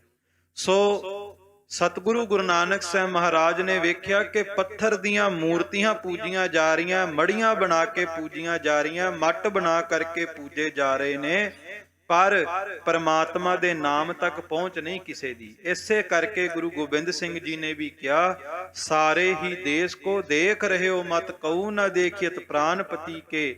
ਸੱਚੇ ਪਾਤਸ਼ਾਹ ਕਹਿੰਦੇ ਮੈਂ ਵੱਖ-ਵੱਖ ਮਤ ਸੰਪਰਦਾਵਾਂ ਨੂੰ ਵਾਚਿਆ ਤੇ ਵੇਖਿਆ ਸਾਰੇ ਆਪੋ ਆਪਣਾ ਢੋਲ ਵਜਾਉਂਦੇ, ਰੱਬ ਦੀ ਗੱਲ ਕੋਈ ਕਰਦਾ ਹੀ ਨਹੀਂ। ਕਿਉਂਕਿ ਕੂਰ ਕਿਰਿਆ ਉਰਜੋ ਸਭ ਹੀ ਜਗ, ਸ੍ਰੀ ਭਗਵਾਨ ਕੋ ਭੇਦ ਨਾ ਪਾਇਓ। ਸੰਸਾਰ ਦੇ ਕਰਮ ਕਾਂਡ ਵਿੱਚ ਉਲਝ ਗਿਆ ਪਰ ਰੱਬ ਦਾ ਭੇਦ ਨਹੀਂ ਪਾਇਆ। ਚੌਪਈ ਜਹ ਕਿਤ ਬਾਬਾ ਜੀ ਜਾਵੇ ਦੇਸ਼। ਤਾਂ ਹੁਣ ਜਦੋਂ ਗੁਰੂ ਨਾਨਕ ਸਾਹਿਬ ਇਨ੍ਹਾਂ ਥਾਵਾਂ ਤੇ ਪਹੁੰਚਦੇ ਜਿੱਥੇ ਲੋਕ ਰੱਬ ਤੋਂ ਟੁੱਟ ਚੁੱਕੇ ਆ ਤੇ ਆਪੋ ਆਪਣੀ ਮਤ ਅਨੁਸਾਰ ਆਪ ਆਪਣੀ ਬੁੱਧ ਹੈ ਜੇਤੀ, ਬਰਨਤ ਭਿੰਨ ਭਿੰਨ ਤੋਹਿ ਤੇਤੀ। ਆਪੋ ਆਪਣੀ ਬੁੱਧ ਅਨੁਸਾਰ ਧਰਮੀ ਬਣਨ ਦਾ ਦਾਅਵਾ ਕਰਦੇ, ਗੁਰੂ ਨਾਨਕ ਸਾਹਿਬ ਉਹਨਾਂ ਨੂੰ ਉਪਦੇਸ਼ ਦਿੰਦੇ ਨੇ। ਤਹਿ ਨਾਮ ਦਰੜਾਵੇ ਸਤ ਉਪਦੇਸ਼। ਮਹਾਰਾਜ ਸੱਚੇ ਪਾਤਸ਼ਾਹ ਖੁੱਲੇ ਮੈਦਾਨ ਵਿੱਚ ਚੌਂਕੜਾ ਲਾ ਕਰਕੇ ਭਾਈ ਮਰਦਾਨਾ ਜੀ ਨੇ ਰਬਾਬ ਵਜਾਉਣੀ, ਸੱਚੇ ਪਾਤਸ਼ਾਹ ਨੇ ਬਾਣੀ ਉਚਾਰਨੀ ਤੇ ਅੰਤ ਉਹਨਾਂ ਸੰਗਤਾਂ ਨੂੰ ਕਹਿਣਾ, ਭਾਈ ਸਾਰੇ ਰਲ ਕੇ ਸਤਨਾਮ ਸ੍ਰੀ ਵਾਹਿਗੁਰੂ, ਸਤਨਾਮ ਸ੍ਰੀ ਵਾਹਿਗੁਰੂ ਦੀ ਧੁਨੀ ਦੇ ਵਿੱਚ ਜੁੜ ਕਰਕੇ ਪ੍ਰਮਾਤਮਾ ਦਾ ਸਿਮਰਨ ਕਰੋ। ਤੋ ਮਰੀ ਸੋ ਹਮ ਯੋ ਕਹਿਓ। ਤਾਂ ਹੁਣ ਮਰੀ ਕਪਤਾਨ ਜਦੋਂ ਗੁਰੂ ਨਾਨਕ ਸਾਹਿਬ ਦੀਆਂ ਸਾਖੀਆਂ ਸੁਣਦਾ ਗੁਰੂ ਨਾਨਕ ਦੀਆਂ ਸਾਖੀਆਂ ਭਾਈ ਰਤਨ ਸਿੰਘ ਭੰਗੂ ਜੀ ਨੂੰ ਕੁਝ ਕਹਿਣ ਲੱਗਾ। ਬਾਬੇ ਸਾਖੀ ਕਿਨੇ ਅੰਤ ਨ ਲਿਓ। ਕਹਿੰਦਾ ਭਾਈ ਸਾਹਿਬ ਜੀ ਮੈਂ ਇੱਕ ਗੱਲ ਅਨੁਭਵ ਕੀਤੀ ਹੈ ਕਿ ਗੁਰੂ ਨਾਨਕ ਦੇ ਕੌਤਕਾਂ ਦਾ, ਗੁਰੂ ਨਾਨਕ ਸਾਹਿਬ ਦੇ ਚੌਜਾਂ ਦਾ ਅੰਤ ਨਹੀਂ ਪਾਇਆ ਜਾਣਾ। ਕਿਨੀ ਤੇਰਾ ਅੰਤ ਨਾ ਪਾਇਆ। ਮਰੀ ਕਪਤਾਨ ਬ੍ਰਿਟਿਸ਼ ਸਰਕਾਰ ਦਾ ਕਪਤਾਨ ਵੀ ਇਹ ਗੱਲ ਕਹਿੰਦਾ ਵੀ ਗੁਰੂ ਨਾਨਕ ਦੀ ਵਡਿਆਈ ਦਾ ਅੰਤ ਨਹੀਂ ਪਾਇਆ ਜਾਣਾ। ਬਾਬੇ ਸਾਖੀ ਮਹਾ ਗੰਭੀਰ। ਕਿਉਂਕਿ ਜਦੋਂ ਤੁਸੀਂ ਮੈਨੂੰ ਗੁਰੂ ਨਾਨਕ ਸਾਹਿਬ ਦੀਆਂ ਸਾਖੀਆਂ ਸੁਣਾਉਂਦੇ ਹੋ, ਮੈਨੂੰ ਇੰਜ ਮਹਿਸੂਸ ਹੁੰਦਾ ਹੈ ਕਿ ਗੁਰੂ ਨਾਨਕ ਸਾਹਿਬ ਦਾ ਜੀਵਨ, ਗੁਰੂ ਨਾਨਕ ਸਾਹਿਬ ਦੀਆਂ ਸਾਖੀਆਂ ਅਗਾਧ ਬੋਧ ਨੇ, ਬਹੁਤ ਡੂੰਘੀਆਂ ਨੇ। ਇੱਕ ਜਨਮ ਕੀ ਕਰੋੜਾਂ ਜਨਮ ਵੀ ਮੈਂ ਲੈ ਲਵਾਂ ਪਰ ਗੁਰੂ ਨਾਨਕ ਦੀ ਵਡਿਆਈ ਦਾ ਅੰਤ ਨਹੀਂ ਪਾਇਆ ਜਾਣਾ। ਸਿੱਧ ਸਾਧ ਲਿਖ ਥਕ ਰਹੇ ਪੀਰ। ਦੁਨੀਆ ਦੇ ਤਖਤੇ ਤੇ ਸਿੱਧ ਸਾਧ ਵਿਦਵਾਨ ਸੱਜਣ ਵੀ ਖਾਲਸਾ ਜੀ ਗੁਰੂ ਨਾਨਕ ਦੀ ਵਡਿਆਈ ਕਰਦੇ ਕਰਦੇ ਥੱਕ ਗਏ, ਪਰ ਗੁਰੂ ਨਾਨਕ ਦੀ ਵਡਿਆਈ ਉਹ ਸੰਪੂਰਨ ਤੌਰ ਤੇ ਬਿਆਨ ਨਹੀਂ ਕੀਤੀ ਜਾ ਸਕਦੀ। ਕਿਉਂਕਿ ਕਥਨਾ ਕਥੀ ਨਾ ਆਵੇ ਟੋਟ, ਕਥ ਕਥ ਕਥੀ ਕੋਟੀ ਕੋਟ ਕੋਟ। ਕਰੋੜਾਂ ਕਥਾ ਕਰ ਆਏ, ਗੁਰੂ ਨਾਨਕ ਦੀ ਵਡਿਆਈ ਕਰਕੇ ਚਲੇ ਗਏ, ਪਰ ਵਡਿਆਈ ਦਾ ਅੰਤ ਨਹੀਂ। ਕਰੋੜਾਂ ਕਥਾਕਾਰ ਕਥਾ ਕਰ ਰਹੇ ਨੇ, ਪਰ ਗੁਰੂ ਨਾਨਕ ਦੀ ਵਡਿਆਈ ਦਾ ਅੰਤ ਨਹੀਂ। ਕਰੋੜਾਂ ਕਥਾਕਾਰ ਆਉਣ ਵਾਲੇ ਸਮੇਂ ਵਿੱਚ ਵੀ ਕਥਾ ਕਰਨਗੇ, ਪਰ ਤਾਂ ਵੀ ਗੁਰੂ ਨਾਨਕ ਦੀ ਵਡਿਆਈ ਦਾ ਅੰਤ ਨਹੀਂ ਪਾਇਆ ਜਾਣਾ, ਕਿਉਂਕਿ ਬਾਬਾ ਨਾਨਕ ਜੀ ਦੀ ਵਡਿਆਈ ਬੇਅੰਤ ਹੈ। ਸੋ ਖਾਲਸਾ ਜੀ, ਮਰੀ ਕਪਤਾਨ ਕਹਿੰਦਾ ਕਿ ਮੈਂ ਅਨੁਭਵ ਕੀਤਾ, ਗੁਰੂ ਨਾਨਕ ਸਾਹਿਬ ਦਾ ਜੀਵਨ ਅਗਾਧ ਬੋਧ ਹੈ, ਬਹੁਤ ਡੂੰਘਾ ਹੈ, ਸਮਝਣ ਵਾਲਾ ਹੈ, ਪ੍ਰੇਮ ਭਾਵਨਾ ਵਾਲਾ ਹੈ। ਬਹੁਤ ਉਦਾਸੀ ਬਾਬੇ ਕਰੀ। ਕਹਿਣ ਲੱਗੇ ਕਿ ਸਤਿਗੁਰੂ ਗੁਰੂ ਨਾਨਕ ਸਾਹਿਬ ਮਹਾਰਾਜ ਨੇ ਜਦੋਂ ਸੰਸਾਰ ਨੂੰ ਦੁਖੀ ਵੇਖਿਆ ਨਾ, ਤੇ ਖਾਲਸਾ ਜੀ ਮਨ ਵਿੱਚ ਉਦਾਸੀ ਆਈ, ਉਪਰਾਮ ਚਿੱਤ ਹੋ ਗਏ। ਭਾਵ ਗੁਰੂ ਨਾਨਕ ਸਾਹਿਬ ਨਾ ਕਿਸੇ ਨੂੰ ਦੁਖੀ ਵੇਖ ਸਕਦੇ, ਨਾ ਕਿਸੇ ਨੂੰ ਭੁੱਖਾ ਵੇਖ ਸਕਦੇ। ਇਹ ਕਾਰਨ ਹੈ ਵੀ ਸਤਿਗੁਰੂ ਗੁਰੂ ਨਾਨਕ ਸਾਹਿਬ ਨੇ ਸ਼ਬਦ ਗੁਰੂ ਦੇ ਲੜ ਲਾਇਆ, ਧੰਨ ਗੁਰੂ ਗ੍ਰੰਥ ਸਾਹਿਬ ਮਹਾਰਾਜ ਦੇ ਲੜ ਗੁਰੂ ਗੋਬਿੰਦ ਸਿੰਘ ਜੀ ਨੇ ਲਾਇਆ ਕਿ ਜਦੋਂ ਕੋਈ ਵੀ ਦੁਖੀ ਹੋਵੇ, ਪਰੇਸ਼ਾਨ ਹੋਵੇ, ਤੇ ਗੁਰੂ ਦਰਬਾਰ ਵਿੱਚ ਆਵੇ, ਪੰਚਾ ਅੰਮ੍ਰਿਤ ਕੜਾਹ ਪ੍ਰਸ਼ਾਦ ਕਰਕੇ, ਜਪਜੀ ਸਾਹਿਬ ਦਾ ਪਾਠ ਕਰਕੇ, ਗੁਰੂ ਗ੍ਰੰਥ ਸਾਹਿਬ ਦੇ ਸਨਮੁਖ ਖੜੇ ਹੋ ਕੇ ਅਰਦਾਸ ਕਰਕੇ ਹੁਕਮਨਾਮਾ ਲਵੇ, ਉਹਨੂੰ ਉਹਦੇ ਦੁੱਖ ਤੋਂ ਬਚਣ ਦਾ ਉਪਾਅ ਸਤਿਗੁਰੂ ਗੁਰੂ ਗ੍ਰੰਥ ਸਾਹਿਬ ਹੁਕਮਨਾਮੇ ਦੇ ਰੂਪ ਵਿੱਚ ਦੇਣਗੇ। ਤੇ ਜੇ ਕੋਈ ਭੁੱਖਾ ਹੈ, ਉਹਦੇ ਵਾਸਤੇ ਸਤਿਗੁਰੂ ਗੁਰੂ ਨਾਨਕ ਸਾਹਿਬ ਦਾ ਚਲਾਇਆ ਲੰਗਰ ਚੱਲ ਰਿਹਾ, ਜਿਹੜਾ ਟੋਟ ਨਾ ਆਵੇ ਵੱਧ ਦੋ ਜਾਈ। ਨਾ ਇੱਥੇ ਦੁਖੀ ਕੋਈ ਰਹਿ ਸਕਦਾ, ਨਾ ਭੁੱਖਾ ਰਹਿ ਸਕਦਾ, ਜੇ ਗੁਰੂ ਨਾਨਕ ਦੀ ਸ਼ਰਨ ਵਿੱਚ ਆ ਜਾਵੇ। ਹਮ ਤੇ ਸਭੀ ਕਬ ਆਖੀ ਗਈ। ਭਾਈ ਰਤਨ ਸਿੰਘ ਭੰਗੂ ਕਹਿੰਦੇ ਗੁਰੂ ਨਾਨਕ ਸਾਹਿਬ ਦਾ ਹਿਰਦਾ ਬੜਾ ਵਿਸ਼ਾਲ ਹੈ। ਮਹਾਰਾਜ ਸੱਚੇ ਪਾਤਸ਼ਾਹ ਸੰਤਨ ਦੁੱਖ ਪਾਏ ਤੇ ਦੁਖੀ, ਸੁਖ ਪਾਏ ਸਾਧਨ ਕੇ ਸੁਖੀ। ਕਹਿੰਦੇ ਜਦੋਂ ਰੱਬ ਦੇ ਪਿਆਰੇ ਦੁਖੀ ਹੁੰਦੇ ਆ ਤੇ ਰੱਬ ਵੀ ਦੁਖੀ ਹੋ ਜਾਂਦਾ। ਸੰਤਨ ਦੁੱਖ ਪਾਏ ਤੇ ਦੁਖੀ, ਜਦੋਂ ਰੱਬ ਦੇ ਸੰਤ ਦੁਖੀ ਹੁੰਦੇ ਆ, ਰੱਬ ਵੀ ਦੁੱਖ ਵਿੱਚ ਚਲਿਆ ਜਾਂਦਾ ਹੈ। ਤੇ ਜਦੋਂ ਰੱਬ ਦੇ ਪਿਆਰੇ ਸੁੱਖਾਂ ਵਿੱਚ ਸੁਖੀ ਹੁੰਦੇ ਆ, ਤੇ ਫਿਰ ਉਦੋਂ ਰੱਬ ਵੀ ਸੁੱਖ ਵਿੱਚ ਹੁੰਦਾ। ਭਾਵ ਆਪਣੇ ਪਿਆਰਿਆਂ ਨੂੰ, ਆਪਣੇ ਭਗਤਾਂ ਨੂੰ ਪਰਮਾਤਮਾ ਕਦੇ ਦੁਖੀ ਨਹੀਂ ਵੇਖ ਸਕਦਾ। ਤੇ ਭਾਈ ਰਤਨ ਸਿੰਘ ਭੰਗੂ ਕਹਿੰਦੇ ਇਸ ਤਰ੍ਹਾਂ ਹਿਰਦਾ ਵਿਸ਼ਾਲ ਹੈ ਗੁਰੂ ਨਾਨਕ ਦਾ, ਤੇ ਮੇਰੀ ਇੱਕ ਜ਼ੁਬਾਨ ਤੋਂ ਗੁਰੂ ਨਾਨਕ ਦੀ ਵਡਿਆਈ ਕੀਤੀ ਨਹੀਂ ਜਾ ਸਕਦੀ। ਬਾਬੇ ਸੈਲ ਆਕਾਸ਼ ਪਕੀਨਾ। ਕਿਉਂਕਿ ਸਤਿਗੁਰੂ ਗੁਰੂ ਨਾਨਕ ਸਾਹਿਬ ਨੇ ਕੇਵਲ ਧਰਤੀ ਨਹੀਂ ਤਾਰੀ, ਗੁਰੂ ਨਾਨਕ ਸਾਹਿਬ ਸੱਚੇ ਪਾਤਸ਼ਾਹ ਜੀ ਨੇ ਤੇ ਆਕਾਸ਼ ਵੀ ਤਾਰਿਆ। ਖਾਲਸਾ ਜੀ, ਪੀਰ ਦਸਤਗੀਰ ਕੋਲ ਸਤਿਗੁਰੂ ਸੱਚੇ ਪਾਤਸ਼ਾਹ ਜੀ ਜਦੋਂ ਪਹੁੰਚਦੇ ਆ, ਤੇ ਪੀਰ ਦਸਤਗੀਰ ਕਹਿੰਦਾ, ਜਪਜੀ ਸਾਹਿਬ ਚਾਹੁੰਦਾ, ਪਾਤਾਲਾ ਪਾਤਾਲ ਲਖ ਆਗਾਸਾ ਆਗਾਸ। ਕਹਿਣ ਲੱਗਾ ਤੁਸਾਂ ਨੇ ਬਚਨ ਕੀਤਾ, ਲੱਖਾਂ ਹੀ ਪਾਤਾਲ ਨੇ, ਲੱਖਾਂ ਹੀ ਆਕਾਸ਼ ਨੇ, ਪਰ ਅਸੀਂ ਤੇ ਕਦੇ ਵੇਖੇ ਨਹੀਂ। ਤੇ ਪੀਰ ਦਸਤਗੀਰ ਕਹਿਣ ਲੱਗਾ ਗੁਰੂ ਨਾਨਕ ਸਾਹਿਬ ਨੂੰ, ਅਸਾਂ ਭੇ ਦੇਖਣ, ਅਸੀਂ ਵੀ ਵੇਖਣਾ ਚਾਹੁੰਦੇ ਆ, ਜੋ ਤੁਸਾਂ ਨੇ ਦੱਸਿਆ ਹੈ ਬਾਣੀ ਦੇ ਵਿੱਚ ਸਾਨੂੰ ਵੀ ਵਿਖਾਓ। ਤੇ ਗੁਰੂ ਨਾਨਕ ਸਾਹਿਬ ਮਹਾਰਾਜ ਮੁਸਕਰਾ ਕੇ ਕਹਿਣ ਲੱਗੇ, ਵਿਖਾ ਦੇਾਂਗੇ, ਤੁਸੀਂ ਵੇਖਣ ਵਾਲੇ ਬਣੋ। ਪੀਰ ਨੇ ਕਿਹਾ, ਸਾਨੂੰ ਵਿਖਾਓ, ਅਸੀਂ ਵੇਖਣਾ ਚਾਹੁੰਦੇ ਆ। ਕਹਿੰਦੇ ਗੁਰੂ ਨਾਨਕ ਸਾਹਿਬ ਕੁਝ ਬੋਲੇ ਨਹੀਂ। ਸੱਚੇ ਪਾਤਸ਼ਾਹ ਪੀਰ ਦੇ ਮਗਰ ਖੜੀ ਹੋਈ ਲੁਕਾਈ ਵੱਲ ਵੇਖਣ ਲੱਗ ਪਏ, ਜਿਵੇਂ ਕਿਸੇ ਦੀ ਤਲਾਸ਼ ਕਰ ਰਹੇ ਹੋ। ਤੇ ਪੀਰ ਨੇ ਪੁੱਛਿਆ, ਜੀ ਕਿਹਨੂੰ ਲੱਭ ਰਹੇ ਹੋ? ਮਹਾਰਾਜ ਕਹਿਣ ਲੱਗੇ, ਮੈਂ ਕਿਸੇ ਭੋਲੇ ਭਾਲੇ ਸੁਭਾਅ ਵਾਲੇ ਬਾਲਕ ਨੂੰ ਲੱਭ ਰਿਹਾ, ਕਿਉਂਕਿ ਪ੍ਰਮਾਤਮਾ ਦੇ ਖੰਡਾਂ ਬ੍ਰਹਮੰਡਾਂ ਨੂੰ ਭੋਲੇ ਭਾਏ ਵੇਖਿਆ ਜਾ ਸਕਦਾ, ਚਲਾਕੀਆਂ ਨਾਲ ਨਹੀਂ ਵੇਖਿਆ ਜਾ ਸਕਦਾ। ਚਤੁਰਾਈ ਨੈ ਚਤੁਰਭੁਜ ਪਾਈਐ, ਸਹਿਸ ਸਿਆਣਪਾ ਲੱਖ ਹੋਏ ਤਾਂ ਇੱਕ ਨਾ ਚੱਲੈ ਨਾਲ। ਮੈਂ ਚਤੁਰਾਈਆਂ ਨਾਲ ਨਹੀਂ ਵਿਖਾ ਸਕਦਾ, ਸਿਆਣਪਾਂ ਨਾਲ ਨਹੀਂ। ਜਿਹੜਾ ਭਾਵਨਾ ਨਾਲ ਭੋਲੇ ਭਾਏ ਮਿਲੇ ਰਗਰਾਇਆ, ਭੋਲੇ ਭਾਏ ਬਾਲਕ ਨੂੰ ਵਿਖਾ ਸਕਦਾ। ਉਸ ਵਕਤ ਪੀਰ ਦਸਤਗੀਰ ਦਾ ਬੇਟਾ ਖੜਿਆ ਸੀ। ਕਹਿੰਦੇ ਸਤਿਗੁਰੂ ਗੁਰੂ ਨਾਨਕ ਸਾਹਿਬ ਨੇ ਪੀਰ ਦਸਤਗੀਰ ਦੇ ਬੇਟੇ ਨੂੰ ਆਪਣੇ ਕੋਲ ਬਿਠਾਇਆ, ਅੱਖੀਂ ਮੀਚ ਹਵਾ ਉਡਾਈ। ਸਤਿਗੁਰੂ ਗੁਰੂ ਨਾਨਕ ਸਾਹਿਬ ਨੇ ਪੀਰ ਦਸਤਗੀਰ ਦੀਆਂ ਅੱਖਾਂ ਮਿਚਵਾਈਆਂ, ਅੱਖਾਂ ਬੰਦ ਕਰਵਾਈਆਂ, ਤੇ ਖਾਲਸਾ ਜੀ ਸਾਰੇ ਪਾਤਾਲਾਂ ਤੇ ਆਕਾਸ਼ਾਂ ਦਾ ਗੇੜਾ ਲਵਾ ਦਿੱਤਾ। ਇਹ ਭਾਈ ਸਾਹਿਬ ਭਾਈ ਗੁਰਦਾਸ ਜੀ ਨੇ ਆਪਣੀਆਂ ਵਾਰਾਂ ਦੇ ਵਿੱਚ ਇਸ ਸਾਖੀ ਦਾ ਜ਼ਿਕਰ ਵੀ ਕੀਤਾ ਹੈ। ਸੋ ਸਤਿਗੁਰੂ ਗੁਰੂ ਨਾਨਕ ਸਾਹਿਬ ਮਹਾਰਾਜ ਸੱਚੇ ਪਾਤਸ਼ਾਹ ਜੀ ਨੇ ਆਕਾਸ਼ ਧਰਤੀ ਹਰ ਇੱਕ ਦਾ ਭਲਾ ਕੀਤਾ। ਜਿੱਥੇ ਵੀ ਜੀਵ ਜੰਤੂ ਵਸਦੇ, ਮਹਾਰਾਜ ਨੇ ਕਿਸੇ ਦਾ ਵੀ ਇਹ ਨਹੀਂ ਕਿ ਭਲਾ ਨਾ ਕੀਤਾ ਹੋਵੇ, ਹਰ ਇੱਕ ਦੁਖੀ ਵਿਅਕਤੀ ਦਾ ਦੁੱਖ ਜਾ ਕਰਕੇ ਦੂਰ ਕੀਤਾ ਹੈ। ਬਾਬੇ ਸੈਲ ਬੋਕਿਓ ਜ਼ਮੀਨਾਂ, ਔਰ ਨਾਲ ਨਾਲ ਸੱਚੇ ਪਾਤਸ਼ਾਹ ਨੇ ਧਰਤੀ ਨੂੰ ਵੀ ਤਾਰਿਆ, ਜ਼ਮੀਨ ਨੂੰ ਵੀ ਤਾਰਿਆ ਹੈ। ਬਾਬੇ ਕੀ ਕਤ ਬਾਬੋ ਜਾਣੈ। ਭਾਈ ਰਤਨ ਸਿੰਘ ਭੰਗੂ ਕਹਿੰਦੇ ਗੁਰੂ ਨਾਨਕ ਦੀ ਗਤ, ਗੁਰੂ ਨਾਨਕ ਦੀ ਵਡਿਆਈ ਗੁਰੂ ਨਾਨਕ ਆਪ ਹੀ ਜਾਣਦੇ ਆ, ਸਾਥੋਂ ਨਹੀਂ ਕਹੀ ਜਾਣੀ। ਕਹਿ ਜਾਣੇ ਜੋ ਨਾਲ ਫਿਰਾਣੇ, ਪਰ ਹਾਂ ਜਿਨ੍ਹਾਂ ਨੂੰ ਗੁਰੂ ਨਾਨਕ ਨੇ ਆਪਣੇ ਚਰਨਾਂ ਵਿੱਚ ਰੱਖਿਆ ਜਾਂ ਉਹ ਗੁਰੂ ਨਾਨਕ ਦੀ ਵਡਿਆਈ ਜਾਣਦੇ। ਭਾਈ ਮਰਦਾਨੇ ਨੂੰ ਗੁਰੂ ਨਾਨਕ ਦੀ ਵਡਿਆਈ ਪਤਾ ਹੈ ਖਾਲਸਾ ਜੀ, ਇਸੇ ਕਰਕੇ ਗੁਰੂ ਨਾਨਕ ਸਾਹਿਬ ਨੂੰ ਖੁਦਾ ਜਾਣ ਕਰਕੇ ਉਹਨਾਂ ਦੀ ਹਜ਼ੂਰੀ ਵਿੱਚ ਸੇਵਾ ਕੀਤੀ। ਕਿ ਵੇਖੋ ਜਦੋਂ ਭਾਈ ਮਰਦਾਨਾ ਜੀ ਰਬਾਬ ਵਜਾਉਂਦੇ ਆ ਤੇ ਗੁਰੂ ਨਾਨਕ ਸਾਹਿਬ ਮਹਾਰਾਜ ਕਹਿੰਦੇ ਆ ਮਰਦਾਨਿਆਂ ਰਬਾਬ ਛੇੜ ਬਾਣੀ ਆਈ ਹੈ। ਹੁਣ ਗੁਰੂ ਨਾਨਕ ਸਾਹਿਬ ਤੇ ਕੇਵਲ ਇਸ਼ਾਰਾ ਕਰਦੇ ਨੇ ਰਬਾਬ ਛੇੜ ਬਾਣੀ ਆਈ ਹੈ, ਤੇ ਬਾਣੀ ਤੇ ਸ੍ਰੀ ਰਾਗ ਵਿੱਚ ਵੀ ਆ ਸਕਦੀ ਹੈ, ਬਾਣੀ ਆਸਾ ਰਾਗ ਵਿੱਚ ਵੀ ਆ ਸਕਦੀ ਹੈ, ਬਾਣੀ ਗੂਜਰੀ ਰਾਗ ਵਿੱਚ ਵੀ ਆ ਸਕਦੀ ਹੈ। ਪਰ ਗੁਰੂ ਨਾਨਕ ਦਾ ਇਸ਼ਾਰਾ ਸੀ, ਅੰਦਰੋਂ ਭਾਈ ਮਰਦਾਨਾ ਜੀ ਜੁੜੇ ਸਨ ਤੇ ਪਤਾ ਸੀ ਕਿ ਬਾਣੀ ਕਿਸ ਰਾਗ ਵਿੱਚ ਉਚਾਰਨਗੇ। ਭਾਵ ਜਦੋਂ ਗੁਰੂ ਕਾ ਸਿੱਖ ਗੁਰੂ ਨਾਲ ਅੰਦਰੋਂ ਜੁੜ ਜਾਂਦਾ ਹੈ ਤੇ ਖਾਲਸਾ ਜੀ ਗੁਰੂ ਦੇ ਨਿੱਕੇ ਜਿਹੇ ਇਸ਼ਾਰੇ ਨੂੰ ਵੀ ਸਮਝਣ ਲੱਗ ਜਾਂਦਾ। ਬਾਣੀ ਪੜਨ ਵਾਲੇ ਗੁਰਸਿੱਖਾਂ ਦੇ ਅਨੁਭਵ ਹੁੰਦੇ ਨੇ ਕਿ ਜੇ ਜੀਵਨ ਵਿੱਚ ਕੋਈ ਗਲਤੀ ਹੋਣ ਵੀ ਲੱਗੇ ਨਾ ਤੇ ਕਲਗੀਧਰ ਪਾਤਸ਼ਾਹ ਐਸਾ ਇਸ਼ਾਰਾ ਕਰਦੇ ਨੇ, ਸਿੱਖ ਨੂੰ ਜਨਮਾਂ ਜਨਮਾਂ ਤੱਕ ਯਾਦ ਰਹਿੰਦਾ ਹੈ।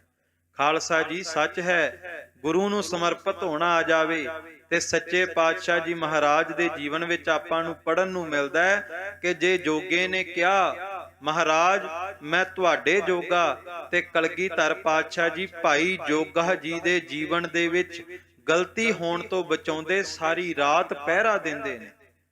ਸੋ ਐਸਾ ਮੁਰਸ਼ਦ ਤੇ ਨਹੀਂ ਮਿਲਣਾ, ਪਰ ਐਸੇ ਮੁਰਸ਼ਦ ਦੇ ਮੁਰੀਦ ਬਣਨਾ ਆਉਣਾ ਚਾਹੀਦਾ ਹੈ।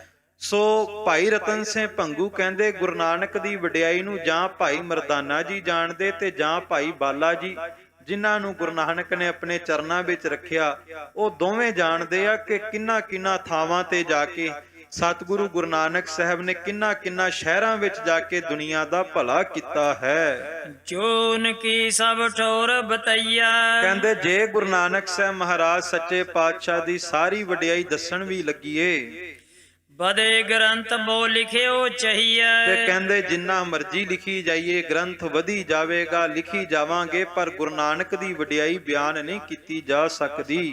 ਜੋ ਲਿਖੀ ਨਾ ਹੋਤੀ ਔਰ ਠੋਰ, ਪਰ ਹਾਂ ਫਿਰ ਵੀ ਯਤਨ ਕਰਾਂਗੇ ਕਿ ਜਿਹੜੀਆਂ ਸਾਖੀਆਂ ਹੋਰ ਗ੍ਰੰਥਾਂ ਵਿੱਚ ਨਹੀਂ ਲਿਖਤ ਵਿੱਚ ਆਈਆਂ, ਜਿਹੜੀਆਂ ਹੋਰ ਪੁਸਤਕਾਂ ਗ੍ਰੰਥਾਂ ਵਿੱਚ ਨਹੀਂ ਲਿਖੀਆਂ ਗਈਆਂ, ਲਿਖਤੇ ਹਮ ਸਭ ਹੀ ਬਹੁਤੋਰ, ਤਾਂ ਉਹਨਾਂ ਸਾਖੀਆਂ ਨੂੰ ਮੈਂ ਇਸ ਪ੍ਰਾਚੀਨ ਪੰਥ ਪ੍ਰਕਾਸ਼ ਵਿੱਚ ਲਿਖਣ ਦਾ ਯਤਨ ਜ਼ਰੂਰ ਕਰਾਂਗਾ। ਇਹ ਭਾਈ ਰਤਨ ਸਿੰਘ ਭੰਗੂ ਜੀ ਕਹਿ ਰਹੇ ਨੇ ਕਿ ਜੇ ਹੋਰ ਪੁਸਤਕਾਂ ਦੇ ਵਿੱਚ ਕੋਈ ਜੀਵਨ ਸਾਖੀ ਗੁਰੂ ਨਾਨਕ ਸਾਹਿਬ ਦੀ ਰਹਿ ਵੀ ਗਈ ਹੈ ਤਾਂ ਇਸ ਗ੍ਰੰਥ ਦੇ ਵਿੱਚ ਜ਼ਰੂਰ ਲਿਖੀ ਜਾਵੇਗੀ। ਜਾਂ ਤੇ ਇਹ ਮੈਂ ਸੂਚੋ ਧਰੋ। ਸੋ ਇਸ ਤਰ੍ਹਾਂ ਭਾਈ ਰਤਨ ਸਿੰਘ ਭੰਗੂ ਸੂਖਮ ਰੂਪ ਦੇ ਵਿੱਚ ਸਤਿਗੁਰੂ ਗੁਰੂ ਨਾਨਕ ਸਾਹਿਬ ਦੀ ਵਡਿਆਈ ਨੂੰ ਬਿਆਨ ਕਰਦੇ ਨੇ। ਆਗੇ ਹੋਏ ਨਾ ਤੋ ਸ਼ਰਮ ਕਰੋ, ਤਾਂ ਜਿਸ ਤਰ੍ਹਾਂ ਅੱਗੇ ਅੱਗੇ ਗੁਰੂ ਨਾਨਕ ਸਾਹਿਬ ਮਹਾਰਾਜ ਜੀ ਦੇ ਜੀਵਨ ਬਾਰੇ ਚਾਨਣਾ ਹੁੰਦਾ ਰਹੇਗਾ, ਉਸੇ ਤਰ੍ਹਾਂ ਲਿਖਦੇ ਰਹਿਣਗੇ। ਜੋ ਨੈ ਸਾਖੀ ਲਿਖੀ ਨਾ ਹੋਏ, ਤਾਂ ਹਾਂ ਜੇ ਕੋਈ ਇੱਕ ਆਦੀ ਸਾਖੀ ਨਹੀਂ ਵੀ ਲਿਖੀ ਗਈ, ਜ਼ਰੂਰਤ ਚਾਹੀਅਤ ਲਿਖ ਲਈ ਸੋਏ, ਤਾਂ ਉਹ ਵੀ ਜ਼ਰੂਰਤ ਸਮਝ ਕਰਕੇ, ਭਾਵ ਉਹ ਸਾਖੀ ਨੂੰ ਵੀ ਮਹੱਤਵਪੂਰਨ ਸਮਝ ਕਰਕੇ ਜ਼ਰੂਰ ਲਿਖਤ ਵਿੱਚ ਲਿਆਂਦਾ ਜਾਵੇਗਾ।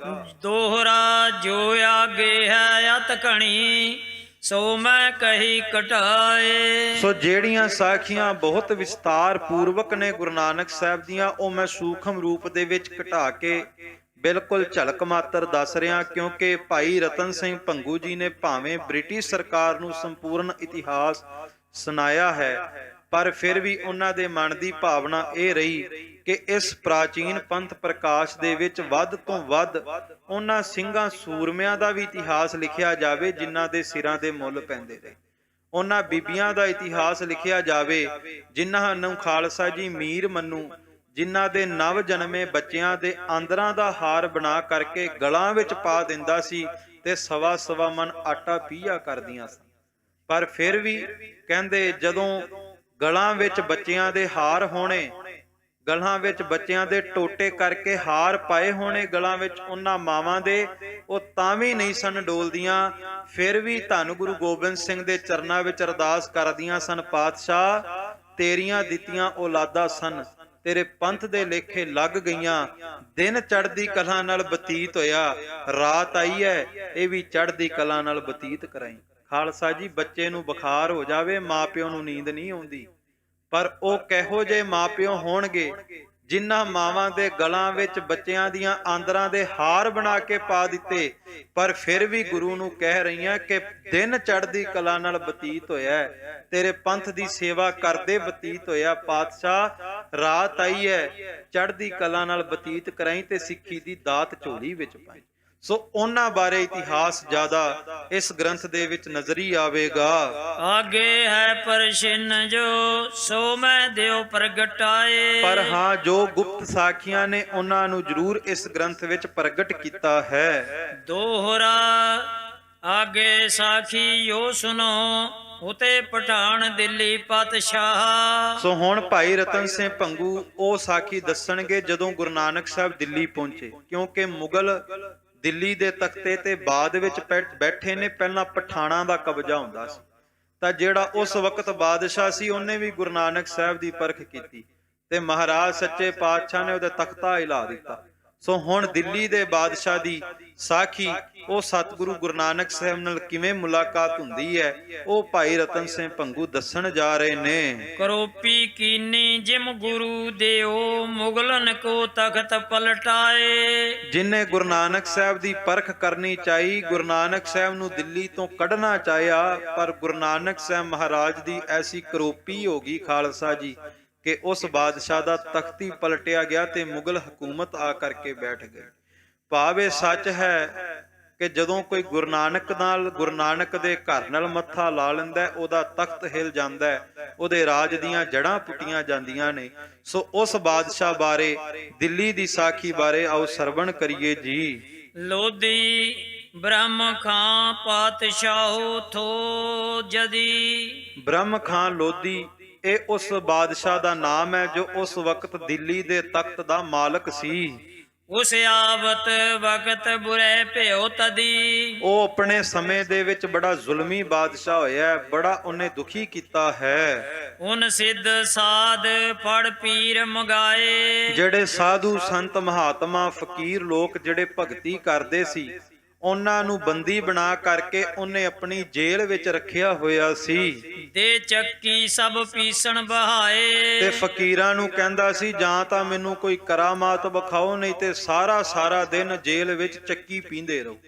ਤੇ ਸਾਧਾਂ ਸੰਤਾਂ ਫਕੀਰਾਂ ਨੂੰ ਬੰਨ ਕੇ ਬੇੜੀਆਂ ਨਾਲ ਜਕੜ ਕਰਕੇ ਜੇਲ੍ਹ ਵਿੱਚ ਰੱਖਦਾ ਸੀ ਤੇ ਸਾਰਾ ਦਿਨ ਉਹਨਾਂ ਤੋਂ ਚੱਕੀ ਪਿਸਵਾਉਂਦਾ ਸੀ।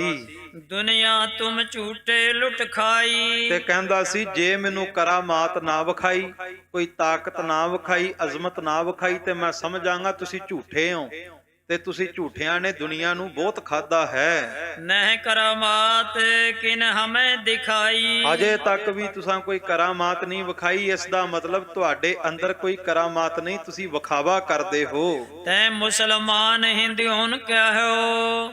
ਭਾਵੇਂ ਕੋਈ ਸਨਾਤਨ ਮਤ ਦਾ, ਭਾਵੇਂ ਕੋਈ ਇਸਲਾਮ ਮਤ ਦਾ, ਉਹਨੇ ਸਾਰੇ ਪੀਰਾਂ ਫਕੀਰਾਂ ਨੂੰ ਬੰਨ ਕੇ ਜੇਲ੍ਹ ਵਿੱਚ ਕੀਤਾ ਹੋਇਆ ਸੀ। ਜੋਗ ਛਡਾਵਣ ਹੈ ਤੁਹੀ ਇਹੋ। ਪਰ ਹੁਣ ਸਾਰੇ ਪੀਰ ਫਕੀਰ ਅਰਦਾਸਾਂ ਤੇ ਰੱਬ ਅੱਗੇ ਕਰਦੀ ਆ ਕਿ ਪ੍ਰਮਾਤਮਾ ਸਾਡੀ ਬੰਦ ਖਲਾਸੀ ਜੇ ਕੋਈ ਕਰਾ ਸਕਦਾ ਤੇ ਤੂੰ ਹੀ ਕਰਾ ਸਕਦਾ। ਸਾਰੇ ਸੰਤ ਮਹਾਪੁਰਖ ਫਕੀਰ ਅਰਦਾਸ ਕਰਦੇ ਪ੍ਰਮਾਤਮਾ ਦੇ ਚਰਨਾਂ ਵਿੱਚ ਕਿ ਸਾਨੂੰ ਛਡਾਉਣਾ ਕਰੋ। ਤੁਝ ਹੀ ਕੋ ਹੈ ਬਿਰਦ ਕੀ ਲਾਜ। ਕਿਉਂਕਿ हे ਪ੍ਰਮਾਤਮਾ ਕੇਵਲ ਤੂੰ ਹੀ ਹੈ ਜਿਹੜਾ ਬਿਰਦ ਦੀ ਲਾਜ ਰੱਖਦਾ ਹੈ। ਆਪਾਂ ਵੀ ਅਰਦਾਸ ਵਿੱਚ ਕਹਿੰਦੇ ਆ ਰੱਖਣਾ ਜੀ ਬਿਰਦ ਬਾਣੇ ਦੀ ਲਾਜ, ਕਿ ਸਾਡੀ ਲਾਜ ਰੱਖਿਓ। ਹਰਜੂ ਰਾਖ ਲਿਓ ਪਤ ਮੇਰੀ, ਸਾਡੀ ਪਤ ਰੱਖਿਓ। ਸਾਰੇ ਸੰਤ ਮਹਾਤਮਾ ਵੀ ਪਰਮਾਤਮਾ ਅੱਗੇ ਅਰਦਾਸ ਕਰਦੇ ਕਿ ਤੂੰ ਹੀ ਬਿਰਧ ਦੀ ਲਾਜ ਰੱਖਦਾ, ਸਾਡੀ ਵੀ ਲਾਜ ਰੱਖ।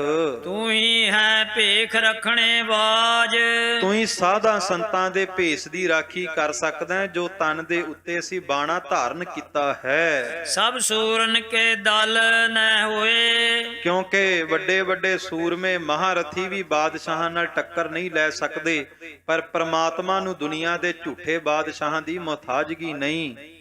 ਸ਼ੇਰ ਝੱਲ ਮਦ ਏਕੋ ਕੋਏ, ਕਿਉਂਕਿ ਜੰਗਲ ਦੇ ਵਿੱਚ ਭਾਵੇਂ ਜਾਨਵਰ ਬੜੇ ਹੋਣ, ਗਿੱਦੜ ਬੜੇ ਹੋਣ ਖਾਲਸਾ ਜੀ, ਪਰ ਸ਼ੇਰ ਕੱਲਾ ਵੀ ਹੋਵੇ ਤੇ ਸਾਰੇ ਜੰਗਲ ਦੇ ਜਾਨਵਰਾਂ ਨੂੰ ਅੱਗੇ ਲਾਣ ਦੀ ਜ਼ਰੂਰਤ ਰੱਖਦਾ ਹੈ। ਕਹਿੰਦੇ ਸੰਤ ਮਹਾਪੁਰਖ ਕਹਿਣ ਲੱਗੇ, ਪਰਮਾਤਮਾ ਤੂੰ ਉਹ ਬੱਬਰ ਸ਼ੇਰ ਹੈ ਜਿਹੜਾ ਦੁਨੀਆ ਦੇ ਜ਼ੁਲਮੀ ਬਾਦਸ਼ਾਹਾਂ ਦੇ ਤਖਤੇ ਪਲਟਾਉਣ ਦੀ ਤਾਕਤ ਰੱਖਦਾ ਹੈ। ਦੋਹਰਾ ਤੋ ਸਤਿਗੁਰੂ ਹਸ ਹੁਨ ਕੇਹੋ, ਤੁਮ ਸਭ ਕਰਨੇ ਜੋਗ। ਤਾਂ ਹੁਣ ਪਰਮਾਤਮਾ ਨੇ ਅਰਦਾਸ ਸੁਣ ਲਈ। ਪਰਮਾਤਮਾ ਦਾ ਸਰੂਪ ਗੁਰੂ ਨਾਨਕ ਸਾਹਿਬ ਮਹਾਰਾਜ ਮੁਸਕਰਾ ਕੇ ਕਹਿਣ ਲੱਗੇ ਕਿ ਸੰਤੋ ਮਹਾਪੁਰਖੋ ਫਕੀਰੋ, ਸਾਰਾ ਕੁਝ ਕਰਨਾ ਤੇ ਤੁਸਾਂ ਨਹੀਂ ਹੈ। ਹਮਕੋ ਜਸ ਤੁਮ ਦੇਤ ਹੋ, ਕਲ ਕੋ ਸਭ ਭਲ ਹੋਗ। ਕਹਿਣ ਲੱਗੇ ਤੁਸਾਂ ਮੇਰੀ ਝੋਲੀ ਵਿੱਚ ਤੇ ਕੇਵਲ ਵਡਿਆਈ ਪਾਉਣੀ ਹੈ, ਕਰਨ ਵਾਲੇ ਤੁਸੀਂ ਆਪ ਹੀ ਹੋ। ਹੁਣ ਵੇਖੋ, ਇਹ ਗੁਰੂ ਨਾਨਕ ਸਾਹਿਬ ਦੀ ਨਿਮਰਤਾ ਹੀ ਹੈ ਨਾ। ਖੁਦ ਰੱਬ ਨੇ, ਪਰਮਾਤਮਾ ਨੇ, ਸੰਤ ਮਹਾਂਪੁਰਖ ਕਹਿ ਰਹੇ ਵੀ ਸਾਨੂੰ ਜ਼ੁਲਮੀ ਬਾਦਸ਼ਾਹ ਦੇ ਜ਼ੁਲਮ ਤੋਂ ਬਚਾ, ਤੇ ਗੁਰੂ ਨਾਨਕ ਸਾਹਿਬ ਨਿਮਰਤਾ ਚ ਕਹਿ ਰਹੇ ਮਹਾਂਪੁਰਸ਼ੋ ਕਰਨਾ ਤੁਸਾਂ ਹੈ, ਵਡਿਆਈ ਮੇਰੀ ਝੋਲੀ ਵਿੱਚ ਪਾਉਣੀ ਹੈ। ਸੱਚ ਹੈ, ਐਸੀ ਨਿਮਰਤਾ ਗੁਰੂ ਨਾਨਕ ਸਾਹਿਬ ਸੱਚੇ ਪਾਤਸ਼ਾਹ ਦੀ ਕਿਰਪਾ ਤੋਂ ਬਿਨਾਂ ਨਹੀਂ ਮਿਲ ਸਕਦੀ। ਇਹ ਮਹਾਰਾਜ ਨੇ ਸਾਡੇ ਵਾਸਤੇ ਪੂਰਨੇ ਪਾਏ। ਮਹਾਰਾਜ ਕਹਿਣ ਲੱਗੇ ਕੱਲ ਨੂੰ ਤੁਹਾਡਾ ਭਲਾ ਜ਼ਰੂਰ ਹੋਵੇਗਾ। ਚੌਪਈ ਸਭ ਸੰਤਨ ਨਿਜ ਚੱਕੀ ਚਲਾਏ, ਕਹਿੰਦੇ ਜਿਹੜੇ ਸੰਤ ਫਕੀਰ ਉਹਦੀ ਜੇਲ੍ਹ ਦੇ ਵਿੱਚ ਚੱਕੀ ਪੀਂਦੇ ਸੀ, ਸਿਰ ਕੋ ਟੋਕਰੀ ਉੱਚੀ ਦਿਖਾਏ। ਕਹਿੰਦੇ ਗੁਰੂ ਨਾਨਕ ਸਾਹਿਬ ਨੇ ਕਲਾ ਵਰਤਾਤੀ। ਰਾਜਾ ਸੀ ਜਿਹੜਾ ਬਾਦਸ਼ਾਹ ਸੀ, ਫਕੀਰਾਂ ਦੇ ਸਿਰਾਂ ਦੇ ਉੱਤੇ ਟੋਕਰੀਆਂ ਲਦਵਾਉਂਦਾ ਸੀ। ਕਹਿੰਦੇ ਮਹਾਰਾਜ ਸੱਚੇ ਪਾਤਸ਼ਾਹ ਨੇ ਉਹਦੀ ਜੇਲ੍ਹ ਵੱਲ ਨਿਗਾਹ ਪਾਈ। ਜਦੋਂ ਸਿਰਾਂ ਤੇ ਸੰਤਾਂ ਨੇ ਟੋਕਰੀ ਚੱਕੀ, ਖਾਲਸਾ ਜੀ ਟੋਕਰੀ ਅੱਧੀ ਅੱਧੀ ਬਾਂਹ ਜਿੰਨੀ ਉੱਚੀ ਨਜ਼ਰ ਆਵੇ। ਭਾਵ ਟੋਕਰੀ ਦਾ ਭਾਰ ਸਿਰ ਤੇ ਨਹੀਂ ਸੀ ਪੈਂਦਾ, ਹਵਾ ਦੇ ਵਿੱਚ ਹੀ ਰਹਿੰਦੀ ਸੀ। ਤੇ ਜਿਹੜੀ ਚੱਕੀ ਸੀ, ਗੁਰੂ ਨਾਨਕ ਸਾਹਿਬ ਦੀ ਕਿਰਪਾ ਦੇ ਨਾਲ ਚੱਕੀ ਵੀ ਆਪਣੇ ਆਪ ਹੀ ਚੱਲਣ ਲੱਗ ਪਈ। ਗੁਰੂ ਨਾਨਕ ਸਾਹਿਬ ਨੇ ਅਰਦਾਸ ਸੁਣ ਲਈ, ਮਹਾਰਾਜ ਨੇ ਕਲਾ ਵਰਤਾ ਦੀ, ਤੇ ਖਾਲਸਾ ਜੀ ਆਪਣੇ ਭਗਤਾਂ ਦੀ, ਆਪਣੇ ਸੰਤਾਂ ਦੀ ਲਾਜ ਰੱਖ ਲਈ। ਕੋਈ ਭਗਤ ਬਣ ਜਾਵੇ ਤੇ ਪ੍ਰਮਾਤਮਾ ਲਾਜ ਰੱਖਦਾ ਹੈ। ਤਾਂ ਹੀ ਰੋਜ਼ਾਨਾ ਰਹਿਰਾਜ ਸਾਹਿਬ ਚ ਪੜ੍ਹਦੇ, ਹਰ ਜੁਗ ਜੁਗ ਭਗਤ ਉਪਾਇਆ, ਪੈਜ ਰੱਖਦਾ ਆਇਆ। RAM ਰਾਜੇ ਹੰਕਾਰੀਆਂ ਨਿੰਦਕਾ ਪਿੱਠ ਦੇ, ਨਾਮ ਦਿਓ ਮੁਖ ਲਾਇਆ। ਉਹ ਲਾਜ ਤੇ ਰੱਖਦਾ, ਪਰ ਭਗਤ ਬਣਨਾ ਆਉਣਾ ਚਾਹੀਦਾ। ਲਾਜ ਰੱਖ ਕੇ ਹੰਕਾਰੀਆਂ ਨੂੰ ਪਿੱਠ ਵੀ ਦਿੰਦਾ, ਪਰ ਉਹਦੇ ਅੱਗੇ ਝੁਕਣਾ ਆਉਣਾ ਚਾਹੀਦਾ। ਅੱਜ ਗੁਰੂ ਨਾਨਕ ਨੇ ਕਲਾ ਵਰਤਾਈ, ਟੋਕਰੀਆਂ ਸਿਰਾਂ ਤੋਂ ਤਾਂ ਚੱਕਤੀਆਂ, ਸਿਰਾਂ ਤੇ ਭਾਰ ਨਹੀਂ ਪਿਆ ਤੇ ਚੱਕੀਆਂ ਆਪਣੇ ਆਪ ਚੱਲਣ ਲੱਗ ਪਈਆਂ। ਦੇਉ ਪੜਦਾ ਸਭ ਭੇਖ ਪਰ ਪਾਏ, ਇਸ ਤਰ੍ਹਾਂ ਸੱਚੇ ਪਾਤਸ਼ਾਹ ਨੇ ਪਰਦਾ ਪਾ ਦਿੱਤਾ, ਭੇਖਾਂ ਦੀ ਲਾਜ ਰੱਖ ਲਈ। ਸਤਿਗੁਰ ਅਦਕ ਪਇਓ ਜਸਵਾਏ, ਤਾਂ ਉਸ ਦਿੱਲੀ ਦੀ ਧਰਤੀ ਤੇ ਗੁਰੂ ਨਾਨਕ ਸਾਹਿਬ ਦਾ ਅਦਬ ਸਤਕਾਰ ਵੱਧ ਗਿਆ, ਮਹਾਰਾਜ ਦਾ ਪ੍ਰਤਾਪ ਵੱਧ ਗਿਆ। ਕੁੱਲ ਲੁਕਾਈ ਗੁਰੂ ਨਾਨਕ ਸਾਹਿਬ ਦੇ ਦੀਦਾਰਿਆਂ ਵਾਸਤੇ ਆਈ। ਦੋਹਰਾ ਮੋਇਓ ਹਾਥੀ ਹਥਵਾਨ ਕੋ, ਸ੍ਰੀ ਸਤਿਗੁਰ ਦੇਉ ਉਠਾਏ। ਉੱਥੇ ਖਾਲਸਾ ਜੀ ਦਿੱਲੀ ਦੇ ਬਾਦਸ਼ਾਹ ਦਾ ਇੱਕ ਹਾਥੀ ਸੀ, ਤੇ ਹਾਥੀ ਦੀ ਜੋ ਕਿ ਦੇਖਭਾਲ ਕਰਦਾ ਸੀ ਮਾਲੀ। ਕਹਿੰਦੇ ਅੰਮ੍ਰਿਤ ਵੇਲਾ ਸੀ ਤੇ ਹਾਥੀ ਮਰ ਗਿਆ, ਤੇ ਉਹਦਾ ਪਰਿਵਾਰ ਸਾਰਾ ਚੀਕ ਚਹਾੜਾ ਮਾਰੇ ਕਿ ਹਾਥੀ ਮਰ ਗਿਆ। ਤੇ ਦਿੱਲੀ ਦੇ ਬਾਦਸ਼ਾਹ ਨੇ ਸਭ ਤੋਂ ਪਹਿਲਾਂ ਤੇ ਸਾਨੂੰ ਜੇਲ੍ਹ ਵਿੱਚ ਅੰਦਰ ਕਰੇਗਾ, ਬੰਦੀ ਖਾਨੇ ਦੇ ਵਿੱਚ, ਕਿ ਤੁਸਾਂ ਨੇ ਹਾਥੀ ਦੀ ਸੰਭਾਲ ਨਹੀਂ ਕੀਤੀ, ਇਸ ਕਰਕੇ ਮਰ ਗਿਆ। ਤੇ ਦੂਸਰਾ, ਇਹ ਨੌਕਰੀ ਬਾਦਸ਼ਾਹ ਵੱਲੋਂ ਮਿਲੀ ਸੀ, ਪਰਿਵਾਰ ਦਾ ਖਰਚਾ ਚੱਲਦਾ ਸੀ। ਹੁਣ ਹਾਥੀ ਮਰ ਗਿਆ ਤੇ ਨੌਕਰੀ ਵੀ ਗਈ, ਤੇ ਪਰਿਵਾਰ ਦਾ ਖਰਚਾ ਵੀ ਨਹੀਂ ਚੱਲਣਾ, ਤੇ ਦੂਸਰਾ ਬਾਦਸ਼ਾਹ ਨੇ ਸਜ਼ਾ ਵੀ ਦੇਣੀ ਹੈ। ਤੇ ਉਸ ਵਕਤ ਦਿੱਲੀ ਦੀ ਧਰਤੀ ਤੇ ਗੁਰੂ ਨਾਨਕ ਸਾਹਿਬ ਵੀ ਪਹੁੰਚੇ ਹੋਏ ਸਨ। ਗੁਰੂ ਨਾਨਕ ਸਾਹਿਬ ਮਹਾਰਾਜ ਸੱਚੇ ਪਾਤਸ਼ਾਹ ਜੀ ਅੰਮ੍ਰਿਤ ਵੇਲੇ ਚੌਂਕੜਾ ਲਾ ਕਰਕੇ ਬੈਠੇ, ਤੇ ਰੋਣ ਕਰਲਾਉਣ ਦੀ ਚੀਕ ਚੁਹਾੜੇ ਦੀ ਆਵਾਜ਼ ਆਈ। ਤੇ ਜਦੋਂ ਇਸ ਤਰ੍ਹਾਂ ਰੋਣ ਦੀਆਂ ਆਵਾਜ਼ਾਂ ਆਈਆਂ, ਮਹਾਰਾਜ ਭਾਈ ਮਰਦਾਨਾ ਜੀ ਨੂੰ ਕਹਿੰਦੇ, ਮਰਦਾਨਿਆ ਅੰਮ੍ਰਿਤ ਵੇਲਾ ਹੈ, ਰੱਬ ਦੀ ਸਿਫਤ ਕਰਨ ਦਾ ਸਮਾਂ ਹੈ। ਕੌਣ ਰੋ ਰਿਹਾ ਕੁਰਲਾ ਰਿਹਾ ਹੈ। ਜਦੋਂ ਖਾਲਸਾ ਜੀ ਵੇਖਿਆ ਕਿ ਹਾਥੀ ਮਰ ਗਿਆ, ਭਾਈ ਮਰਦਾਨਾ ਜੀ ਨੇ ਸਾਰੀ ਗੱਲ ਦੱਸੀ। ਕਹਿੰਦੇ ਗੁਰੂ ਨਾਨਕ ਸਾਹਿਬ ਮਹਾਰਾਜ ਨੇ ਕਿਹਾ, ਮਰਦਾਨਿਆ ਲਿਆ ਗੜਵੇ ਦੇ ਵਿੱਚ ਜਲ ਪਾ ਕੇ ਤੇ ਹੱਥ ਦੇ ਨਾਲ ਤਰੋਂਕਣਾ ਸ਼ੁਰੂ ਕਰ ਦੇ, ਨਾਲ ਨਾਲ ਮੂਲ ਮੰਤਰ ਜਪੀ ਜਾ, ਨਾਲ ਨਾਲ ਵਾਹਿਗੁਰੂ ਗੁਰਮੰਤਰ ਜਪੀ ਜਾ, ਸਤ ਕਰਤਾਰ ਦੀ ਧੁਨੀ ਲਾਈ ਜਾ। ਇਹ ਹਾਥੀ ਜਿਉਂਦਾ ਹੋ ਜਾਵੇਗਾ, ਪਰ ਇਹਨਾਂ ਦੇ ਪਰਿਵਾਰ ਦੇ ਉੱਤੇ ਕੋਈ ਆਂਚ ਨਹੀਂ ਆਵੇਗੀ। ਖਾਲਸਾ ਜੀ ਗੁਰੂ ਨਾਨਕ ਸਾਹਿਬ ਦਾ ਬਚਨ ਮੰਨਿਆ। ਜਦੋਂ ਜਲ ਦੇ ਛਿੱਟੇ ਪਾਏ, ਹਾਥੀ ਜਿਉਂਦਾ ਹੋ ਗਿਆ ਤੇ ਉਹ ਪਰਿਵਾਰ ਨੇ, ਉਹ ਮਾਲੀ ਨੇ ਗੁਰੂ ਨਾਨਕ ਸਾਹਿਬ ਦੇ ਚਰਨ ਪਰਸੇ। ਵੇਖੋ, ਇਹ ਗੁਰੂ ਨਾਨਕ ਸਾਹਿਬ ਦੀ ਵਡਿਆਈ ਇਹ ਨਹੀਂ। ਕਈ ਵਾਰ ਮਨ ਵਿੱਚ ਸ਼ੰਕਾ ਹੁੰਦਾ ਕਿ ਸ਼ਾਇਦ ਸਾਖੀਆਂ ਆਪਣੇ ਆਪ ਬਣਾ ਦਿੱਤੀਆਂ, ਪਰ ਗੁਰੂ ਗ੍ਰੰਥ ਸਾਹਿਬ ਦੀ ਬਾਣੀ ਵਿੱਚ ਆਉਂਦਾ, ਜੇਤੇ ਜੀ ਜੀਵੇ ਲੈ ਸਾਹਾ, ਜੀ ਵਾਲੇ ਤਾਂ ਕੇ ਅਸਾ, ਨਾਨਕ ਜਿਉਂ ਜਿਉਂ ਕਰਤੇ ਭਾਵੈ, ਤਿਉਂ ਤਿਉਂ ਦੇ ਗਰਾ। ਜਿਹੜੇ ਬੰਦੇ ਸਾਹਾਂ ਨਾਲ ਜਿਉਂਦੇ ਰਹਿੰਦੇ ਆ, ਜੇ ਰੱਬ ਆਪਣੀ ਮੌਜ ਵਿੱਚ ਆ ਜਾਵੇ, ਇਹ ਬਿਨਾਂ ਸਾਹਾਂ ਤੋਂ ਵੀ ਜਿਉਂਦੇ ਰੱਖ ਸਕਦਾ ਹੈ। ਗੁਰੂ ਨਾਨਕ ਸਾਹਿਬ ਉਸ ਵਡਿਆਈ ਦੇ ਮਾਲਕ। ਸੋ ਅੱਜ ਦਿੱਲੀ ਦੀ ਧਰਤੀ ਤੇ ਜਿੱਥੇ ਅੱਜ ਗੁਰਦੁਆਰਾ ਮਜਨੂ ਕਾ ਟਿੱਲਾ ਹੈ, ਉਸ ਥਾਂ ਦੇ ਉੱਤੇ ਸਤਿਗੁਰੂ ਗੁਰੂ ਨਾਨਕ ਸਾਹਿਬ ਮਹਾਰਾਜ ਨੇ ਮੋਇਆ ਹਾਥੀ ਜਿਉਂਦਾ ਕਰ ਦਿੱਤਾ। ਉਨਹੁਤੀ ਟਹਿਲ ਸੰਤਨ ਕਰੀ, ਕਰੀ ਦਿਆ ਗੁਰ ਤਾਹੇ। ਕਹਿੰਦੇ ਕਿਸੇ ਲੋਭ ਕਰਕੇ ਨਹੀਂ ਮਹਾਰਾਜ ਨੇ ਕੋਤਕ ਵਰਤਾਇਆ, ਕਰਾਮਾਤ ਵਰਤਾਈ। ਉਹ ਇਸ ਕਰਕੇ ਮਹਾਰਾਜ ਨੇ ਕੋਤਕ ਵਰਤਾਇਆ। ਉਹ ਗਰੀਬ ਪਰਿਵਾਰ ਆਏ ਗਏ ਸੰਤਾਂ ਮਹਾਤਮਾ ਮਹਾਪੁਰਖਾਂ ਦੀ ਸੇਵਾ ਕਰਦਾ ਸੀ, ਆਮ ਪ੍ਰਜਾ ਦਾ ਭਲਾ ਕਰਦਾ ਸੀ, ਆਮ ਲੋਕਾਂ ਦੀ ਸੇਵਾ ਕਰਦਾ ਸੀ। ਇਸ ਕਰਕੇ ਗੁਰੂ ਨੇ ਦਇਆ ਕਰਕੇ ਉਹਨਾਂ ਦੇ ਉੱਤੇ ਕਿਰਪਾ ਕਰ ਦਿੱਤੀ, ਕਲਾ ਵਰਤਾ ਦਿੱਤੀ। ਚੋਪਈ ਸੁਨ ਗੁਰ ਪ੍ਰਸ਼ਾਦ ਸਾਇਆ। ਕਹਿੰਦੇ ਜਦੋਂ ਗੁਰੂ ਨਾਨਕ ਸਾਹਿਬ ਨੇ ਮੋਇਆ ਹਾਥੀ ਜਿਉਂਦਾ ਕਰ ਦਿੱਤਾ, ਉਧਰੋਂ ਦਿੱਲੀ ਦੇ ਬਾਦਸ਼ਾਹ ਨੂੰ ਵੀ ਪਤਾ ਲੱਗ ਗਿਆ। ਇਹ ਜਾਦੂ ਇਨ ਹਿੰਦੂ ਚਲਾਇਆ। ਤੇ ਉਹ ਮਨ ਵਿੱਚ ਕਹਿਣ ਲੱਗਾ, ਇਹ ਤੇ ਕੋਈ ਹਿੰਦੂ ਜਾਦੂਗਰ ਆ ਗਿਆ ਬਈ, ਜਿਨੇ ਦਿੱਲੀ ਦੀ ਧਰਤੀ ਤੇ ਐਸਾ ਜਾਦੂ ਵਿਖਾ ਕਰਕੇ ਸਾਰੀ ਦੁਨੀਆ ਮਗਰ ਲਾ ਲਈ। ਸ਼ਹਿਰੋ ਇਨ ਕੋ ਦੇ ਕਢਾਏ। ਤੇ ਮਨ ਵਿੱਚ ਕਹਿਣ ਲੱਗਾ ਵੀ ਮੈਂ ਆਪਣਾ ਤਖਤ ਖੁੱਸਣ ਤੋਂ ਪਹਿਲਾਂ ਇਸ ਹਿੰਦੂ ਜਾਦੂਗਰ ਨੂੰ ਬਾਹਰ ਕੱਢ ਦਿਆਂ। ਹੁਕਮ ਜਾਰੀ ਕਰ ਦਿੱਤਾ ਕਿ ਦਿੱਲੀ ਸ਼ਹਿਰ ਤੋਂ ਗੁਰੂ ਨਾਨਕ ਸਾਹਿਬ ਨੂੰ ਬਾਹਰ ਕੱਢ ਦਿਓ। ਬੋਹਰ ਨ ਦਿੱਲੀ ਵਰਹਿ ਆਏ। ਇਹ ਦੁਬਾਰਾ ਦਿੱਲੀ ਦੀ ਧਰਤੀ ਤੇ ਨਾ ਆਉਣ, ਇਹ ਹੁਕਮ ਜਾਰੀ ਕਰ ਦਿੱਤੇ। ਸਤਿਗੁਰ ਕਿਓ ਹਮ ਤੋ ਵਰਹਿ ਆਏ। ਤੇ ਗੁਰੂ ਨਾਨਕ ਸਾਹਿਬ ਮਹਾਰਾਜ ਹੱਸ ਕੇ ਬਾਦਸ਼ਾਹ ਨੂੰ ਵੇਖ ਕੇ ਕਹਿਣ ਲੱਗੇ, ਅੱਖਾਂ ਵਿੱਚ ਅੱਖਾਂ ਪਾ ਕੇ, ਝੂਠਿਆ ਬਾਦਸ਼ਾਹ, ਤੂੰ ਕਹਿਣਾ ਗੁਰੂ ਨਾਨਕ ਨੂੰ, ਇਸ ਨਾਨਕ ਫਕੀਰ ਨੂੰ ਤੂੰ ਦਿੱਲੀ ਦੀ ਧਰਤੀ ਤੋਂ ਬਾਹਰ ਕੱਢ ਦਵੇਂਗਾ। ਚੇਤੇ ਰੱਖੀ, ਕੱਲਾ ਗੁਰੂ ਨਾਨਕ ਨਹੀਂ, ਮੈਂ ਗੁਰੂ ਨਾਨਕ ਤੇ ਬਾਰ-ਬਾਰ ਆਵੇਗਾ ਤੇ ਗੁਰੂ ਨਾਨਕ ਦੇ ਪੈਰੋਕਾਰ ਵੀ ਬਾਰ-ਬਾਰ ਆਉਣਗੇ ਤੇ ਦਿੱਲੀ ਦੇ ਤਖਤ ਦੀ ਇੱਟ ਦੇ ਨਾਲ ਇੱਟ ਖੜਕਾਉਣਗੇ। ਖਾਲਸਾ ਜੀ, ਇਹ ਕਾਰਨ ਹੈ ਵੀ ਸਤਿਗੁਰੂ ਗੁਰੂ ਨਾਨਕ ਸਾਹਿਬ ਹੀ ਨਹੀਂ ਗਏ, ਫਿਰ ਦਿੱਲੀ ਦੀ ਧਰਤੀ ਤੇ ਮਹਾਰਾਜ ਨੇ ਕਿਰਪਾ ਕੀਤੀ, ਗੁਰੂ ਹਰਿਕ੍ਰਿਸ਼ਨ ਸਾਹਿਬ ਵੀ ਗਏ। ਦਿੱਲੀ ਦੀ ਧਰਤੀ ਤੇ ਗੁਰੂ ਤੇਗ ਬਹਾਦਰ ਜੀ ਵੀ ਗਏ, ਦਿੱਲੀ ਦੀ ਧਰਤੀ ਤੇ ਗੁਰੂ ਗੋਬਿੰਦ ਸਿੰਘ ਜੀ ਵੀ ਗਏ ਤੇ ਦਿੱਲੀ ਦੇ ਤਖਤ ਦੀ ਇੱਟ ਦੇ ਨਾਲ ਇੱਟ ਖੜਕਾਈ। ਤੇ ਕੇਵਲ 10 ਪਾਤਸ਼ਾਹੀਆਂ ਨਹੀਂ ਗਈਆਂ, 10 ਪਾਤਸ਼ਾਹੀਆਂ ਦੇ ਸਿੱਖ ਵੀ ਗਏ, ਬੰਦਾ ਸਿੰਘ ਬਹਾਦਰ ਗਏ। ਖਾਲਸਾ ਜੀ, ਸਿੰਘ ਸਾਹਿਬ ਬਾਬਾ ਜੱਸਾ ਸਿੰਘ ਆਹਲੂਵਾਲੀਆ ਗਏ, ਜਿਹੜੇ ਲਾਲ ਕਿਲੇ ਤੇ ਅੱਜ ਤਿਰੰਗਾ ਝੁਲਦਾ ਹੈ, ਉਸੇ ਲਾਲ ਕਿਲੇ ਤੇ ਗੁਰੂ ਕਿਆਂ ਸਿੱਖਾਂ ਨੇ 19 ਵਾਰ ਕੇਸਰੀ ਨਿਸ਼ਾਨ ਸਾਹਿਬ ਚਲਾਇਆ।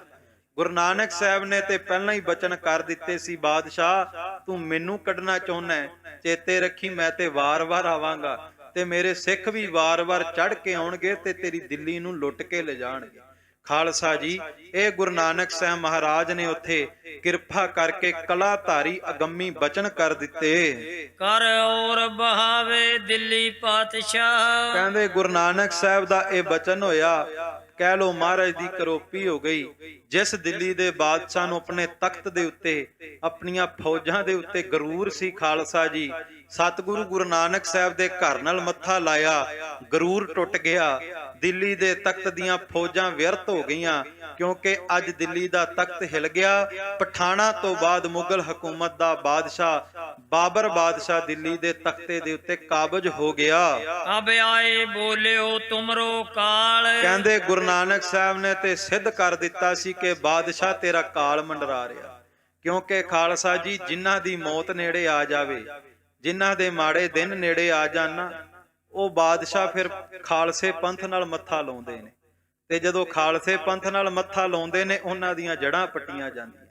ਸੋ ਭਾਈ ਰਤਨ ਸਿੰਘ ਭੰਗੂ ਕਹਿੰਦੇ ਜਿਸ ਬਾਦਸ਼ਾਹ ਦੇ ਦਿਨ ਮਾੜੇ ਆ ਜਾਣ ਉਹ ਫਿਰ ਗੁਰੂ ਖਾਲਸੇ ਪੰਥ ਨਾਲ ਆ ਕੇ ਟੱਕਰ ਲੈਂਦਾ ਹੈ, ਤੇ ਜਦੋਂ ਖਾਲਸੇ ਪੰਥ ਨਾਲ ਟੱਕਰ ਲੈਂਦਾ ਹੈ ਪੰਥ ਦੀ ਦਿਨੋ ਦਿਨ ਚੜ੍ਹਦੀ ਕਲਾ ਹੁੰਦੀ ਹੈ ਤੇ ਬਾਦਸ਼ਾਹ ਦਾ ਰਾਜ ਮਲੀਆ ਮੇਟ ਹੁੰਦਾ ਹੈ। 1878 ਸਾਲ ਕਹਿੰਦੇ 1878 ਸੰਮਤ ਦੀ ਇਹ ਗੱਲ ਹੈ।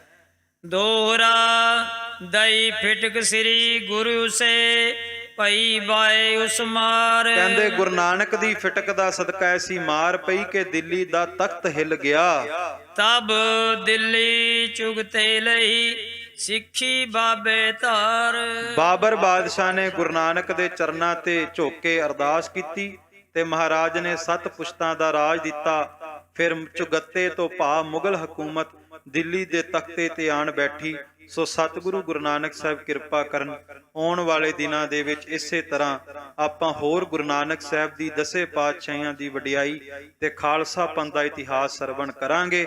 ਵਿਚਾਰ ਕਰਦਿਆਂ ਨੇਕਾਂ ਭੁੱਲਾਂ ਹੋਈਆਂ ਆਪ ਜੀ ਨੇ ਬਖਸ਼ ਦੇਣਾ। ਅਰਦਾਸ ਕਰਨੀ, ਸੁਣਿਆ ਸੁਣਾਇਆ ਆਪਾਂ ਆਪਣੇ ਜੀਵਨ ਦੇ ਵਿੱਚ ਕਮਾ ਸਕੀਏ। ਖਾਲਸਾ ਜੀ ਬਹੁਤ ਹੀ ਸਤਿਕਾਰਯੋਗ ਗਿਆਨੀ ਪਰਵਿੰਦਰਪਾਲ ਸਿੰਘ ਜੀ ਬੁੱਟਰ, ਦਮਦਮੀ ਟਕਸਾਲ, ਭਿੰਡਰਾਂ ਮਹਿਤਾ ਵਾਲੇ, ਉਹ ਮਹਾਂਪੁਰਖ ਵੀ ਆਪ ਸਭ ਸੰਗਤਾਂ ਦੇ ਹਾਜ਼ਰੀ ਭਰਨ ਵਾਸਤੇ ਦਰਬਾਰ ਦੇ ਵਿੱਚ ਪਹੁੰਚ ਚੁੱਕੇ ਨੇ। ਆਓ ਸ਼ਬਦ ਦਾ ਜਾਪ ਕਰਕੇ ਆਪਾਂ ਫਤਿਹ ਦੀ ਸਾਂਝ ਪਾਈਏ। ਸਾਰੇ ਗੁਰੂ ਨਾਨਕ ਸਾਹਿਬ ਮਹਾਰਾਜ ਨੂੰ ਹਾਜ਼ਰ ਨਾਜ਼ਰ ਜਾਣਦੇ ਹੋਏ ਪ੍ਰੇਮ ਸਹਿਤ ਉਚਾਰਨ ਕਰੋ ਜੀ। ਹੇ ਚੁੱਤ ਹੇ ਪਾਰ ਬ੍ਰਹਮ ਅਬਿਨਾਸੀ ਅਗਨਾਸ, ਹੇ ਪੂਰਨ ਹੇ ਸਰਬ ਮੈਂ ਦੁਖ ਭੰਜਨ ਗੁਣਤਾਸ, ਹੇ ਸੰਗੀ ਹੇ ਨਿਰੰਕਾਰ, ਹੇ ਨਿਰਗੁਣ ਸਭ ਟੇਕ, ਹੇ ਗੋਬਿੰਦ ਹੇ ਗੁਣ ਨਿਦਾਨ, ਜਾ ਕੈ ਸਦਾ ਵਿਵੇਕ, ਹੇ ਅਪਰੰਪਰ ਹਰ ਹਰੇ, ਹੈ ਪੀ ਹੋਵਨ ਹਾਰ, ਹੇ ਸੰਤ ਕੇ ਸਦਾ ਸੰਗ ਨੇ ਧਾਰਾ ਆਧਾਰ, ਹੇ ਠਾਕੁਰ ਹਉ ਦਾਸਰੋ ਮੈਂ ਨਿਰਗੁਣ ਗੁਣ ਨਹੀਂ ਕੋਏ, ਨਾਨਕ ਦੀਜੈ ਨਾਮ ਦਾਨ ਰਾਖੋ ਹਿਐ ਪਰੋਏ। ਆਏ ਪ੍ਰਭ ਸਰਣਾਗਤੀ ਕਿਰਪਾ ਨਿਧ ਦਿਆਲ, ਏਕ ਅਖਰ ਹਰ ਮਨ ਬਸਤ ਨਾਨਕ ਹੋਤ ਨਿਹਾਲ। ਕਥਾ ਨਿਤਾ ਪ੍ਰਤ ਹੋਤ ਹੈ ਸੁਨੋ ਸੁ ਸਿੰਘ ਸੁਜਾਨ, ਨਾਨਕ ਗੁਰੂ ਗੋਬਿੰਦ ਸਿੰਘ ਜੀ ਸਦਾ ਕਰੈ ਕਲਿਆਣ, ਨਾਨਕ ਗੁਰੂ ਗੋਬਿੰਦ ਸਿੰਘ ਜੀ ਸਦਾ ਕਰੈ ਕਲਿਆਣ। ਵਾਹਿਗੁਰੂ ਜੀ ਕਾ ਖਾਲਸਾ, ਵਾਹਿਗੁਰੂ ਜੀ ਕੀ ਫਤਿਹ। ਗੁਰੂ ਪਿਆਰੀ ਗੁਰੂ ਸਵਾਰੀ ਸਾਧ ਸੰਗਤ ਜੀ, ਆਪ ਸਰਬੱਤ ਸਾਧ ਸੰਗਤ ਨੂੰ ਬੜੇ ਹੀ ਪਿਆਰ ਦੇ ਨਾਲ